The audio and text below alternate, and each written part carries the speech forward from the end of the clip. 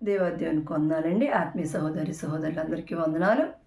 ఈరోజు మనం ధ్యానించబోయే అంశం పరిశుద్ధాత్మ. పరిశుద్ధాత్మ. హల్లెలూయా. అసలు పరిశుద్ధాత్మ అంటే ఏంటి? క్రీస్తు యొక్క ఆత్మయే పరిశుద్ధాత్మ. హల్లెలూయా. ఎవరైతే క్రీస్తు యొక్క ఆత్మను కలిగి ఉంటారో వారు యేసు శాపగ్రస్తుడని చెప్పరు. అయితే ఇలా గ్రంథంలో ఎక్కడుందో ఒకసారి గ్రంథం ద్వారా చూద్దామండి. 1 కొరింథీయులకు రాసిన లేఖ 12వ అధ్యాయం 3వ వచనం. ఇందుచేత దేవుని ఆత్మ వలన మాట్లాడు వాడెవడును యేసు శాపగ్రస్తుడని చెప్పడనియు, పరిశుద్ధాత్మ వలన తప్ప ఎవడును యేసు ప్రభువని చెప్పలేడనియు నేను మీకు తెలియజేయుచున్నాను. హల్లెలూయా. హల్లెలూయా. పరిశుద్ధాత్మ వలన తప్ప ఎవరును యేసు ప్రభువు అని చెప్పలేరు అని గ్రంథం సెలవిస్తుందండి.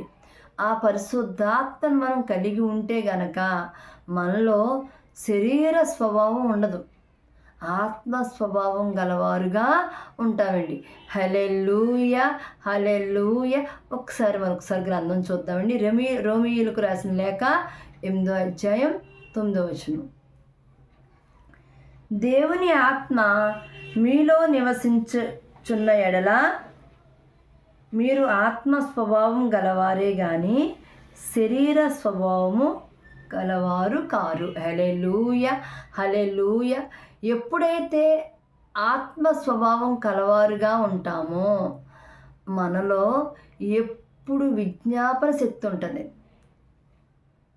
మనం ఆత్మ ఎప్పుడైతే పరిశుద్ధాత్ముడు మనతో నివసిస్తున్నాడో మనకు ఎప్పుడు మనలో విజ్ఞాపన చేయాలనే ఆసక్తి కలుగుతుంది.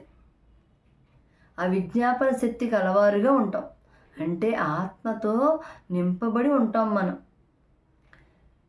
పరిశుద్ధ అగ్నితో నన్ను పయనింపజేయుమయ్యా,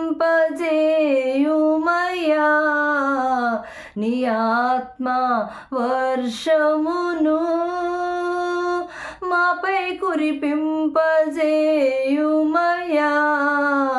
నీ ఆత్మీయ వరములతో నన్ను అభిషేకించుమయ్యా, జీవనదిని నా హృదయములో ప్రవహింపజేయుమయ్యా. హల్లెలూయా. హల్లెలూయా. అలా మనం ఆత్మ స్వభావం గలవారుగా ఉంటే గనక ఏం జరుగుతుందండి?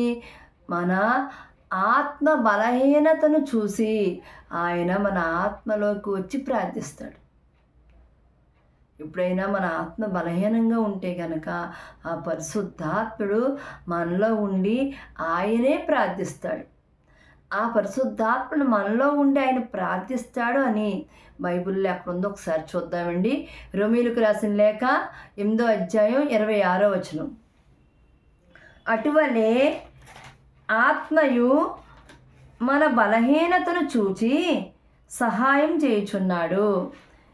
అనగా మనము యుక్తముగా ఎలాగూ ప్రార్థన చేయవలనో మనకు తెలియదు కానీ ఉచ్చరింప శక్యము కాని మూలుగులతో ఆ ఆత్మ తానే మన పక్షముగా విజ్ఞాపన చేయుచున్నాడు. హల్లెలూయా. హల్లెలూయా. ఈ వాక్యం బట్టి మనకి ఏం అర్థమవుతుందండి? మన ప్రార్థన వలన ఏమీ జరగదు. ఆ పరిశుద్ధాత్ముడు మనలోకి వచ్చి ప్రార్థిస్తేనే మన పక్షంగా కార్యాలు జరుగుతాయి అని అర్థమవుతుంది. హల్లెలూయా. హల్లెలూయా. కాబట్టి ఆ పరిశుద్ధాత్మని మనం ఆహ్వానించాలి. అయ్యా ఎప్పుడు నాతో ఉండి బాబు అని, అయ్యా ఈ హృదయం అనే సన్నిధిలో నువ్వు ఉండు బాబు అని ప్రార్థించాలండి.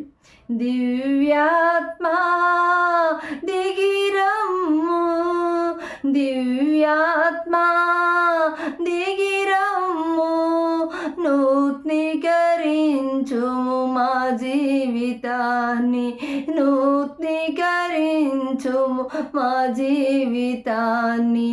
ఆమేన్ హల్లెలూయా, ఆమేన్ హల్లెలూయా, హల్లెలూయా, హల్లెలూయా. నాయనా, ఎంతమంది అయితే ఈరోజు ఈ వాక్యాన్ని ధ్యానిస్తున్నారో, మేమందరం ఈ వాక్యాన్ని ధ్యానిస్తుండగా పరిశుద్ధాత్ముడు మమ్మల్ని తాకి మాలోకి వచ్చి ప్రార్థిస్తుండగా మా సమస్యలకి యేసు నామములో విడుదల వచ్చునుగాక. ఈ చిన్న వాక్యాన్ని దేవుడు దీవించునుగాక. ఆమేన్.